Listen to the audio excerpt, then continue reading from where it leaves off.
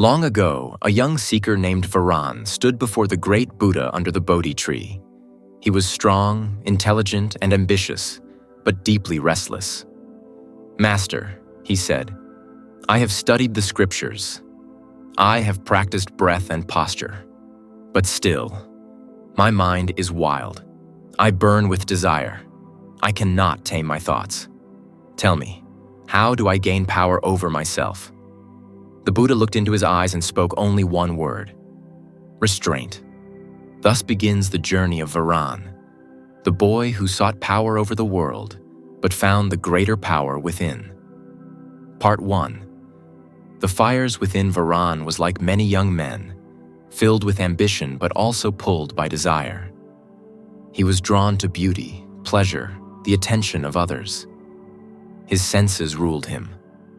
The world outside stirred him more than the truth within. He meditated, but his mind wandered. He read the sutras, but his eyes craved distraction. One day he confessed, "Master, I want to be great. I want to be wise, but I cannot stop craving. I cannot control my urges." The Buddha said gently, "Desire is not your enemy, but when it controls you, you become a slave. The one who controls desire, he becomes a king." Part 2. The story of the lion and the dog. Buddha told him a parable. In a forest, there lived a lion and a dog. The dog barked at everything it saw: the wind, the leaves, the birds. It chased everything. It slept poorly and tired easily. But the lion? He watched. He waited. He knew his strength lay in patience. When the time came, he struck with power. The dog had no self-restraint. The lion had mastered it. Buddha then asked, "Varan, do you want to bark at life or rule it?" Part 3. The vow of self-restraint. Varan took a vow. For the next 90 days, he would practice brahmacharya, celibacy in thought, speech, and action. Not just avoiding acts, but transforming energy. Not just suppressing desire, but understanding it. He would rise at dawn, meditate for hours, eat only what was needed, speak only when necessary, observe his cravings without judgment. At first, it was war. The body ached, the mind screamed, but something began to shift. Each day he resisted, he grew lighter. Each moment of control became a moment of clarity. Part 4. Energy transformed. On the 21st day, Varan approached Buddha. "Master," he said, "I feel different. I am still tempted, but something inside me is still." Buddha replied, "What you feel is your vital energy returning to you. You once gave it to fleeting pleasure. Now it fuels your mind, your breath, your soul." Part 5. The spiritual science of celibacy. Buddha taught Varan the deeper purpose of brahmacharya. A man's seed is not just physical. It holds energy, power, life. When wasted for pleasure, it fades. When preserved, it becomes radiance. He explained, the mind sharpens, the body strengthens, the will becomes steel, the aura becomes magnetic. Celibacy, he said, is not denial, it is alchemy. Part 6. Temptation returns. But temptation is patient. On the 30th day, a beautiful woman passed near the monastery.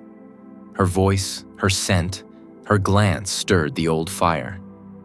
Varan's heart raced, his mind clouded.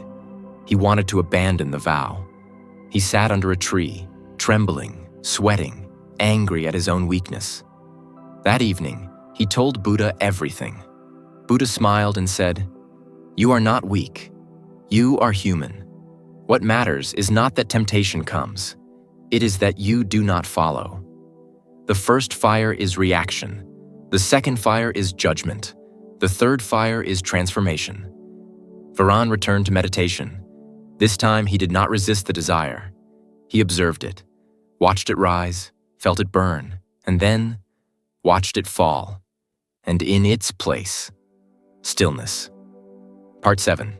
The deep power of stillness. By the 60th day, Varan had changed. His voice was calm. His walk was steady, his presence powerful. Other students came to him for advice, not because he was loud, but because he was quiet. One asked, "How do you stay so composed?" Varan replied, "I no longer chase. I no longer react. I no longer burn for what fades. I have tasted the sweetness of restraint, and it is greater than all pleasures." Part 8. The Mastery of Self. On the 90th day, Varan bowed before the Buddha. "Master, I now understand. The power I sought outside, it was within me all along." Buddha said, "The man who masters others is strong, but the man who masters himself, he is unstoppable." Celibacy is not just abstinence, it is alignment. When your body, mind, and soul move together, nothing can shake you. Varan had become a man of presence, no longer distracted, no longer pulled, no longer dependent on pleasure to feel alive. Closing message for viewers. This story of Varan is a story of all who seek true power. In a world of endless pleasure and stimulation, restraint is rebellion. Where everyone consumes, the one who controls becomes a master, not to impress others, but to honor himself. Key teachings to remember. Celibacy is not weakness, it is redirection of energy. Pleasure fades, purpose fulfills. Your seed holds power. Don't waste it, transform it. Desire is not your enemy. Ignorance of it is. The man who conquers himself shines brighter than any king. Daily affirmations for self-mastery. Repeat these every morning. I am in control of my energy. I choose purpose over pleasure. My discipline builds my destiny. I honor my body, my mind, and my path. I am not tempted by what fades. I am drawn to what remains.